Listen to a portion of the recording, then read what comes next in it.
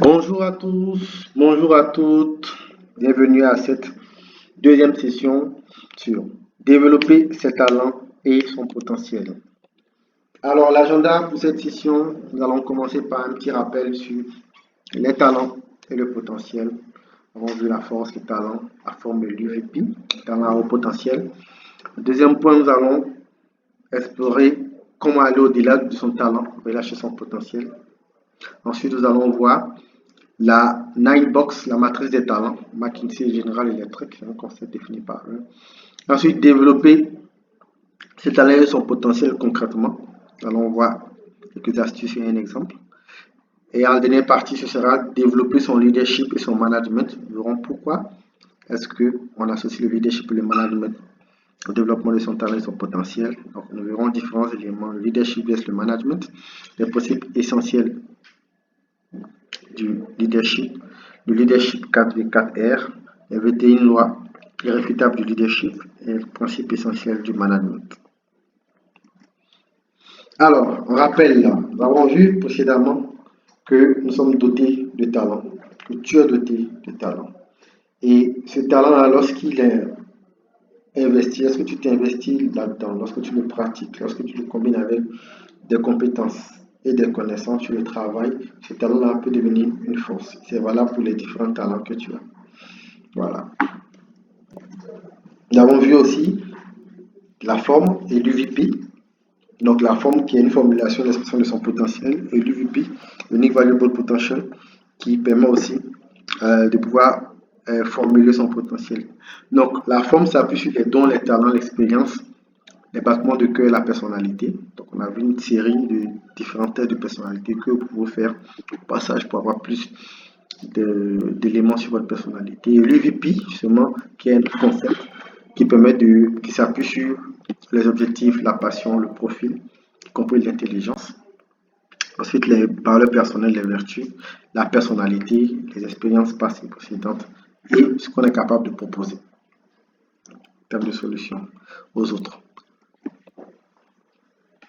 Alors là, on a parlé aussi de talent à haut potentiel. Donc, il faudra comprendre que nous avons des talents, nous avons un potentiel. Donc, nous sommes potentiellement des talents à haut potentiel. Et ces talents à haut potentiel-là, qu'est-ce qui fait la différence? Ce qui fait la différence, c'est que lorsque ce potentiel-là, il est travaillé, il est développé, il est relâché, lorsqu'il est combiné à ces éléments, c'est ce qui nous permet de gravir des échelons.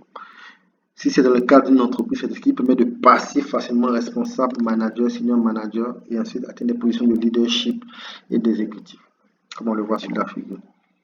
Ou encore, même si c'est dans un autre cadre, on a vu précédemment que justement, pour pouvoir se déployer, pour pouvoir évoluer,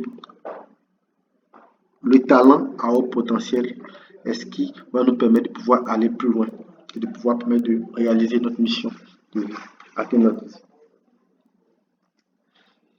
Alors, aller au-delà du talent pour relâcher son potentiel. Alors là, il y a John Maxwell, qui est un expert mondial numéro 1 dans le leadership, qui a écrit un livre spécifiquement sur le talent. Donc, je vous recommande ce livre, Au-delà du talent. Donc, il fait ressortir 13 points qui nous invitent vraiment à développer nos talents et à aller au-delà du talent pour relâcher notre potentiel. En premier point, il dit que les convictions rehaussent le talent. C'est-à-dire si on croit, le fait de croire en soi-même, de croire en ses capacités, de croire en son talent, en son potentiel. Deuxièmement, la passion dynamise notre talent. Troisièmement, les initiatives stimulent le talent. 4. La concentration oriente le talent. 5. La préparation positionne le talent. 6. La pratique aiguise le talent. 7. La persévérance soutient le talent. 8. Le courage éprouve le talent. 9. La volonté d'apprendre amplifie le talent. 10. La force de caractère protège le talent. 11. Les relations influent sur le talent. 12. le sens de responsabilité renforce le talent et trace le travail en équipe multiplie le talent. Donc vous voyez que avoir un talent ne suffit pas. Il faut aller au-delà du talent. Et pour ce talent-là, pour pouvoir se développer, pour pouvoir atteindre notre plein potentiel, il faut prendre en compte un certain nombre de choses qui est récapitulé dans ces 13 points. Voilà. Dans la notion du concept du talent, donc on voit maintenant la Talent 9-Box Matrice, qui est une matrice définie par McKinsey General Electric, qui permet de catégoriser les talents dans un environnement, dans une entreprise, dans une organisation. Donc, là, on voit tous ces schémas. D'une part, on a en abscisse, donc sur l'horizontale, la performance, et en ordonnée, donc sur la verticale, on a en fait le potentiel. Donc, on peut avoir un talent. On dit que notre potentiel aussi s'appuie sur notre talent. Donc, il y a du potentiel. Mais lorsqu'on compare le potentiel tel qu'il est à l'état brut, parce que le potentiel, comme je dis, c'est une prophétie de ce qu'on peut être. C'est un indicateur de ce qu'on peut être. Donc, il est encore caché, il n'est pas forcément perceptible. Donc, plus on est en train de performer et plus on a du potentiel, ça nous permet de pouvoir définir 9 types de profils de talent. Comme aussi, moins on a du potentiel ou moins on performe. Donc la performance, c'est rien d'autre que la productivité, la capacité à produire des résultats. Et la matrice nous donne 9 profils qui sont, on a le profil des futurs leaders, des profils des gros employés, des énigmas, des high impact performers, des corps employés, des dilemmas, des spécialistes, des effectifs performers, des underperformers. Donc, si vous regardez en fait les deux extrêmes, on va dire en haut, complètement, quand on regarde en haut à droite, on a ceux qui ont un haut talent, un haut potentiel et une bonne performance. Donc ceux-là, on les appelle les Outstanding Performance High Potential, ou bien les futurs leaders. C'est-à-dire c'est des gens qui ont plus du talent performent, peuvent potentiellement devenir des leaders, lorsqu'on l'a vu de la pyramide des talents. Mais il peut arriver aussi que on a beaucoup de potentiel, mais on a moins de talent. Alors, on a plus de potentiel, mais on a moins de performance. Comme aussi, on a beaucoup de performance, mais pas un grand potentiel. Ça, c'est ce qu'on appelle, en fait, soit les Poor Performance High Potential ou les Outstanding Performance Limited Potential. Donc, c'est ce qui est dans le cadran Enigma et spécialiste. Ça, c'est ceux qui sont au milieu. Comme on a d'autres qui sont moyens, donc les corps employés, qui ont une good performance, moderate potential. Et l'extrême la plus bas, donc, c'est les underperformants ou les poor performance limited potential. Donc, ils ont un très faible potentiel et ils performent le moins. Donc, ça permet de voir. Mais en réalité, les entreprises, les décideurs, les dirigeants, les directeurs, les managers, les RH, c'est ce qu'ils regardent. Quand on regarde ce que vous êtes, on vous catégorise et on sait que telle personne peut monter en tant que manager, telle personne peut monter en tant que leader d'ici quelques années. Voilà. Donc c'est important de savoir ça. Mais justement, comment, si vous vous situez dans une case plus bas, comment aller vers les cases plus élevées, c'est cet élément-là que nous allons voir par la suite. Donc nous avons encore une autre variante, une autre définition de précision sur cette 9-box matrice de talent. Voilà. Donc je ne vais pas encore développer. L'idée c'est de vous donner une idée. Et on va aller à des choses plus concrètes par la suite. Alors, donc, là on a un exemple, comment développer son potentiel, bâtir sa réussite, son véritable potentiel. Et là, on va prendre l'exemple de John Maxwell. Donc, John Maxwell dit que cite dans l'un de ses livres, vous devez accroître vos points forts en fonction de votre véritable potentiel. Dans la vie, on ne peut changer son point de départ, on se trouve là où on est, voilà tout. Le mieux qu'on puisse faire, c'est de travailler fort pour changer là où on finira. Si vous voulez aboutir à la réalisation de votre rêve, vous devez, de votre vision, voilà, vous même de votre objectif, vous devez veiller à aligner vos points forts, vos habitudes et votre potentiel. Si tout ne s'aligne pas dans la même direction, à savoir votre vision, les ennuis vous guettent. Donc, votre vision, nous ne sommes pas verra plus tard, votre potentiel, votre talent, vos habitudes doivent être alignés. Et il donne lui-même son propre exemple. Lui, il connaît ses points forts. Il sait que ses talents, ses dons, son potentiel sont très évidents et ça tourne autour de 4 points. Il est bon, très bon dans tout ce qui est direction et gestion, donc tout ce qui est leadership management. Il est bon dans tout ce qui est communication, que ce soit à l'écrit ou à l'oral. Ensuite, dans tout ce qui est création et rédaction de contenu. Donc, écriture sur le leadership. Voilà, parler de leadership, principalement, parfois même un peu aussi de management. Donc, écrire ou parler. Et un dernier point, son point fort, développer des relations de qualité avec des leaders et différents types de personnes. Donc, il est conscient qu'il excelle uniquement dans ces quatre domaines. Mais dans les autres domaines, il est plutôt moyen ou même pire. Ses faiblesses sont nombreuses et elles sont évidentes pour lui-même, comme pour son entourage, lui qui parle. Alors, John Maxwell dit, pour compenser cela, j'ai créé une équipe dynamique et pertinente composée essentiellement de personnes qui complètent mes faiblesses, de personnes complémentaires, et je me suis concentré à développer des habitudes et des systèmes destinés à m'aider à accroître mes points forts. Ça, c'est très important.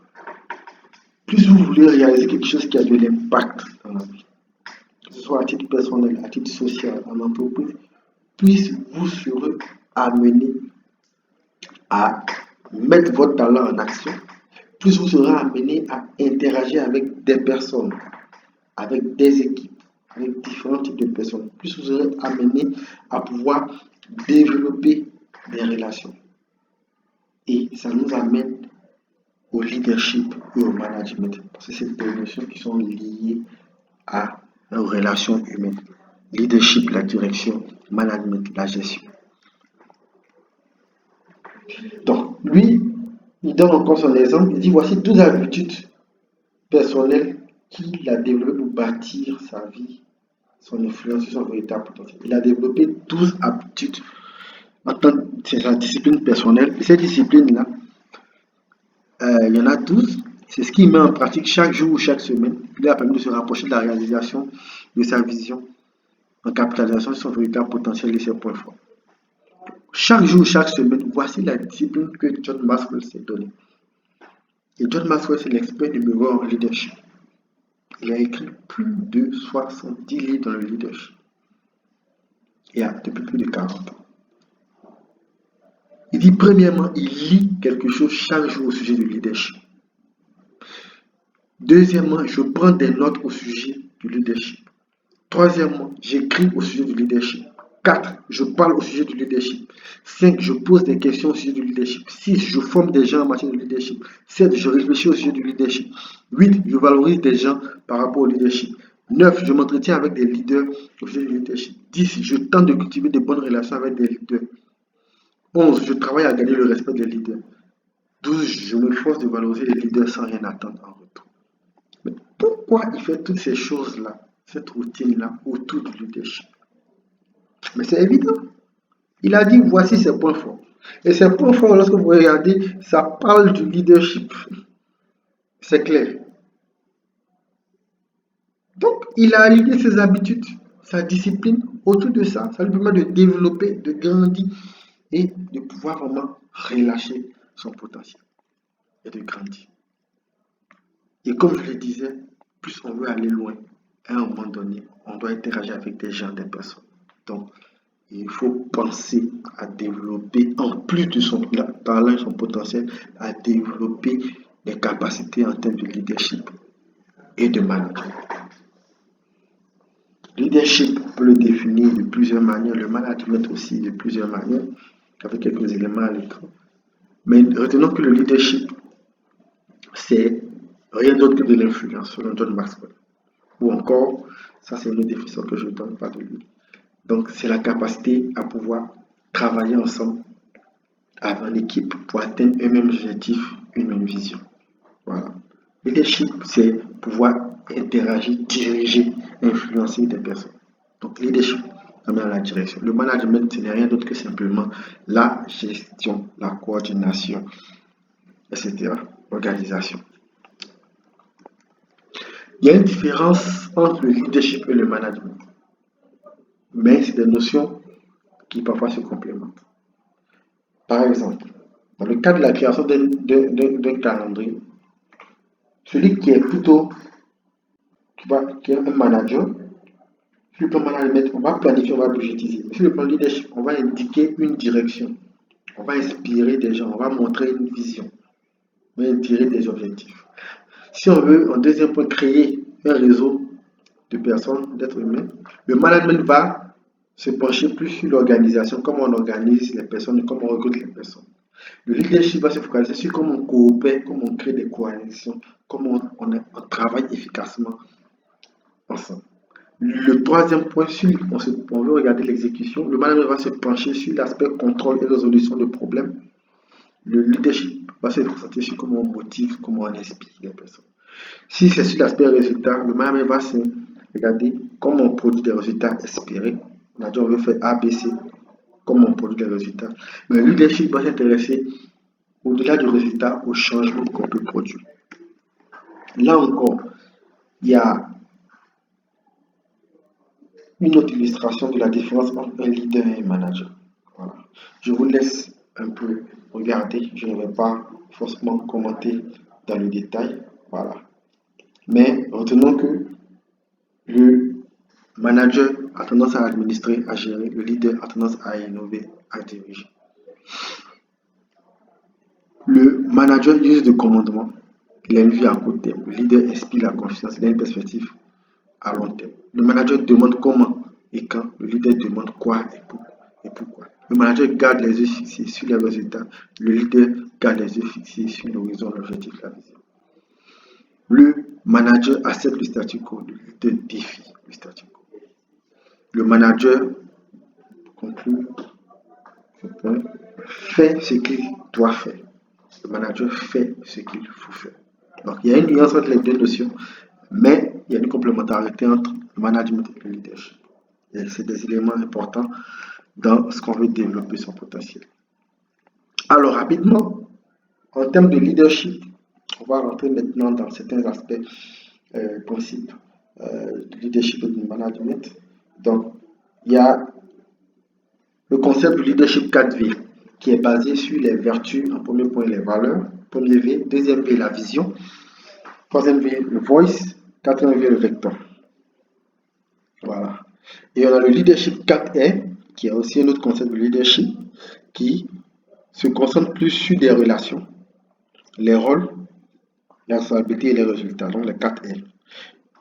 Donc, le premier R, relation, donc, ce concept-là fait ressortir que, en termes de relations, les principales capacités qu'on demande en termes de relations chez un leader, c'est la détermination dynamique, la flexibilité intellectuelle, le caractère courageux et la maturité émotionnelle. Donc, c'est 4 points sur les relations. Et il y a 4 rôles qu'on attribue à un leader selon leur concept. 4 rôles principaux, ce n'est pas les seuls. Donc, il y a le donneur de direction, le porte-parole, le coach, l'agent de changement. Voilà. Si on revient sur le 4V, la vision, le cap, la cible, l'objectif, la destination, le changement, la perspective, l'ambition qu'on va avoir. Le voice, c'est vraiment les inputs, les intrants, les ressources sur lesquelles on s'appuie, mais surtout le message, les paroles, la communication, les relations qu'on développe. Et le vecteur, le V du vecteur, c'est la direction, l'orientation, l'organisation, la stratégie, le plan qu'on prend. Donc, c'est juste des notions de leadership. Voilà. Que je vous passe. Et pour creuser un peu sur le leadership, retenez que ça, c'est une étude qui a été faite par le Leadership Challenge qui a fait ressortir les qualités admirées, caractéristiques qu'on a chez les leaders qu'on admire le plus dans le monde. À 89%, les caractéristiques chez le leader admiré, c'est l'honnêteté. À 71%, des personnes qui sont orientées vers l'avant, avant-gardistes. À 69%, c'est des personnes qui inspirent. À 68%, c'est des personnes compétentes. Après, on a l'intelligence qui vient qu'à moins de 50%. Voilà. C'est pour vous dire que l'intelligence n'est pas forcément un grand facteur qui détermine qu'on est un leader. Ensuite, on a le fait de pouvoir être franc et d'être ouvert. Donc, le fair minding, la partie d'être ouvert. Straightforward, ça c'est à 39%. À 36%, le fait de pouvoir être direct, aller droit au but. Et on a encore d'autres caractéristiques que je ne vais pas tout citer. Donc, c'est pour vous dire que c'est ce qu'on attend, ce qu'on observe en général chez les leaders, les caractéristiques. Et une autre étude a montré que les qualités essentielles, sinon les compétences essentielles qu'il faut avoir en termes de leadership à 39 à 38%, c'est un sondage qui a été fait par Zenger et Folkman sur Harvard Business Review. À 38%, il faut inspirer. Un leader, c'est quelqu'un qui inspire, qui motive les autres. 37%, c'est quelqu'un qui montre, qui fait preuve d'intégrité et d'honnêteté. À 37%, c'est quelqu'un qui résout des problèmes, qui analyse les difficultés, les challenges. 36%, quelqu'un qui est orienté au résultat. 35%, quelqu'un qui communique. À 33%, quelqu'un qui collabore et qui fait la promotion du travail en équipe. Donc, je disais qu'à 35%, c'est pouvoir communiquer de manière efficace, powerfully, mais de manière puissante. À 30%, c'est de bâtir des relations. Compétence de leadership, bâtir des relations.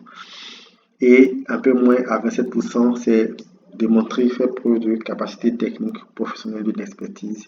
Et à 24%, pouvoir développer une perspective stratégique, suivie, développer les autres, etc. Alors, on a la notion de leadership basée sur les émotions, le conseil émotionnel de EQ-based leadership. Donc, reconnaissons que le leadership est un vaste concept qui tourne autour de la vision, de l'action, des résultats, outcomes, des relationships, des relations, de la collaboration, de l'influence, de développer les autres, de l'attitude à avoir, le growth mindset, la mentalité de croissance, le self-management, pouvoir se gérer soi-même, la prise de conscience, se contrôler, se développer, et le caractère. Donc le caractère, être authentique, être intègre, honnête. Et la force, l'une des forces du leader, c'est la capacité à pouvoir communiquer. Et il utilise de tous ces éléments-là pour pouvoir exercer son leadership. Et la fondation du leadership, c'est la confiance et la crédibilité à travers des valeurs de principe. Donc la confiance et la crédibilité que le leader inspire à ceux qui sont autour de lui. Voilà. Alors, toujours en continuant sur des principes de leadership, il y a 21 lois irréfutables du leadership qui ont été définies par John Maxwell, qui est l'expert numéro 1 mondial du leadership. Et il dit qu'il s'agisse, dans l'introduction de son livre, qu'il s'agisse, ce livre est un best-seller, je vous le précise, qu'il s'agisse de réussite ou d'échec, tout dépend du leadership. Pendant que vous travaillez à bâtir votre organisation, ou même à développer votre potentiel, souvenez-vous que le personnel, donc l'équipe, le staff détermine le potentiel de l'organisation, c'est-à-dire les hommes. Les relations déterminent le moral des membres de l'organisation. La structure détermine la taille de l'organisation. La vision détermine l'orientation de l'organisation. Le leadership détermine le succès de l'organisation. Qu'il s'agisse de réussite ou d'échec, tout dépend du leadership. Votre capacité à réussir votre vie, à avoir du succès, dépend de votre capacité de leadership, mais aussi de votre talent. Et il avait été une loi présentée ici, je vais juste insister sur quelques-unes. La loi du couvercle. Tout ce que vous chercherez à accomplir dans la vie sera limité par votre aptitude à être un meneur d'hommes. C'est la loi du couvercle ou la loi du plafonnement. Le talent de l'équipe est rarement un problème. Le leader et les joueurs clés font la différence. Plus le leadership est élevé, plus l'efficacité est grande. Plus l'impact que vous voulez créer est grand, plus votre influence doit être grande. Reconnaissez vos talents et vos limites. La loi de la navigation. N'importe qui peut parer un avis,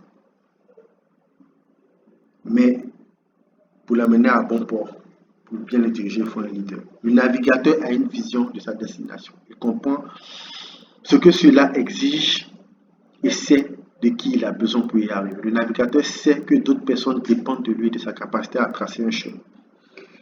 Le navigateur écoute ce que les autres ont à lui dire. Ce n'est pas la dimension du projet qui détermine son acceptation, son soutien et sa réussite, c'est la dimension du leader. L'art de l'influence, le 2.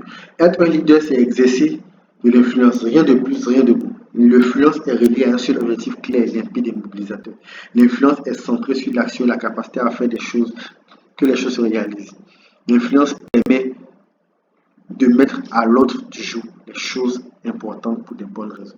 L'influence n'est pas reliée à votre titre, elle se gagne dans l'action et il faut travailler fort pour y arriver. La loi du magnétisme, la loi 9, c'est des principes simples, basiques du leadership. Ce que vous attirez sont conformes à ce que vous êtes. Ce que vous obtenez est déterminé par ce que vous êtes. Si vous pensez que vos collaborateurs peuvent être meilleurs, il est temps pour vous d'être meilleurs. Les gens sont attirés par des leaders qui ont des valeurs similaires aux leurs. La loi du cercle rapproché, 11. Le potentiel d'un leader est déterminé par ceux qui sont le plus proches. Qui en sont le plus proches. Si une personne part chercher quelqu'un de meilleur pour la remplacer, le leader atteint sa force au sein d'un groupe et il les aide à trouver la force. Investissez votre temps avec vos meilleurs atouts et déléguez autant que possible. Donc, on n'entend pas à tous vos collaborateurs. Gardez dans votre cercle ceux qui sont capables d'élever les autres et vous aident à vous améliorer. La loi de, on va dire, la reproduction. La 13, seul un leader peut engendrer un autre leader. 85% des leaders sont devenus grâce à l'influence d'autres leaders. Pour vous développer, passer du temps avec d'autres leaders meilleurs que vous. Créer un environnement où le leadership sera apprécié en lançant, en pilotant une vision ou en offrant des motivations, en encourageant la créativité, en autorisant les risques et en responsabilisant. La loi des priorités. Les leaders comprennent qu'agir n'est pas accomplir. En fait, plus ne signifie pas que nous faisons mieux, ni que nous réalisons notre mission. Les leaders efficaces organisent leur vie en fonction de 3 questions. Qu'est-ce qui est requis? Qu'est-ce qui donne le meilleur résultat? Qu'est-ce qui suscite la meilleure récompense et vous stimule le plus? Il faut constamment réexaminer et réorganiser les priorités. La réussite arrive à force de concentrer ses collaborateurs sur les choses qui comptent, donc les priorités. On dit aussi rapidement la loi de l'adhésion, le 14, les gens adhèrent à un leader, ensuite à la vision. Si vous estimez que le message est crédible, alors vous estimez que le message a de la valeur. Quand les gens n'aiment pas le leader ou la vision, ils cherchent un autre leader. Pour que les gens adhèrent, ils doivent vous comprendre vos espoirs et vos rêves. Une vision ne s'impose pas. La loi du sacrifice, le 18, un leader doit être capable de renoncer pour montrer et saisir des occasions. Vous ne pouvez pas demander des sacrifices si vous n'en faites pas. À mesure que vous montez en leadership, la responsabilité augmente et les droits diminuent. Plus le niveau de leadership que vous voulez atteindre sera élevé, plus les sacrifices seront grands. Et les 3 dernières lois, la loi de la croissance, je vais terminer par la loi de l'héritage. Voilà. La marque durable laissée par un leader se mesure à la succession qu'il aura laissée. Le véritable leader crée une culture de leadership. Un véritable leader privilégie le leadership d'équipe au leadership individuel. Donc, au-delà du leadership, on a les principes essentiels du management. Donc, on a Fayol, qui est un expert management, qui a introduit 5 éléments essentiels du management. Management, c'est la gestion. Le management, l'administration, s'appuie sur la prévoyance d'abord, prévision, 2, organisation, 3, le commandement, la direction, 4, la coordination, l'harmonisation, 5, contrôle, la vérification. Goulou, qui est un autre expert du management, a défini 7 fonctions. Il dit 1, planification, 2, organisation, 3, staffing, 4, direction, 5, contrôle, 6, reporting, 7, budgétisation, donc finances et ressources. Et on a un autre Peter Drucker, qui est un expert en leadership, qui dit que il y a 5 opérations essentielles pour un manager. 1, définir les objectifs et les orientations. 2, organiser l'entreprise. pour l'organisation. 3. Motiver et surtout communiquer. 4. S'assurer de prendre les mesures. 6. Se former et former ses collaborateurs. Et on a Mintzberg, qui est aussi un expert en management, qui dit que le manager joue 10 rôles. Et il a défini ces 10 rôles autour de 3 grands domaines. Les rôles interpersonnels. Donc, il y a le rôle 1, le rôle de symbole, 2, le rôle de leader, 3, le rôle d'agent de liaison. Donc, c'est le rôle que joue un manager. L'idée, c'est de vous faire comprendre ce que c'est qu'un manager, en fait. Ensuite, le domaine des rôles informationnels. Donc, on a 4.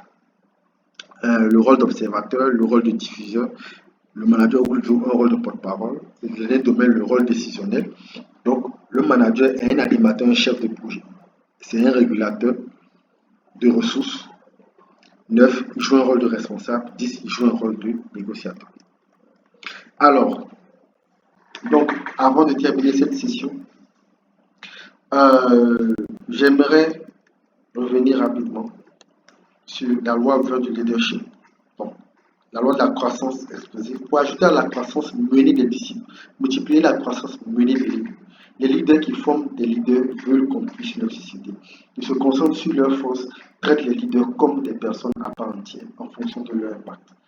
Délèguent le pouvoir et investissent du temps dans les autres, croissent par la multiplication et mettent l'impact sur les gens sans les connaître. Alors, pourquoi est-ce qu'on a parlé de tous ces éléments? On a parlé du talent, du potentiel, on a parlé de la discipline à avoir, on a parlé de leadership, du management, etc. Tout à l'heure. Vous avez posé quelque part, j'ai donné les principes essentiels du leadership du management. En fait, il faut comprendre, si vous revenez à la matrice de l'homme qu'on a vu dans la session précédente, en fait, suivant qu'on est en début de carrière, qu'on est opérationnel, on avance dans la carrière ou au milieu de carrière, en tant que manager ou plus tard, en tant que décideur, exécutif leader, en fait, on avait vu ensemble qu'il faut développer ce nombre de capacités. C'est-à-dire qui sont plus simples, moyennes ou plus difficiles à développer.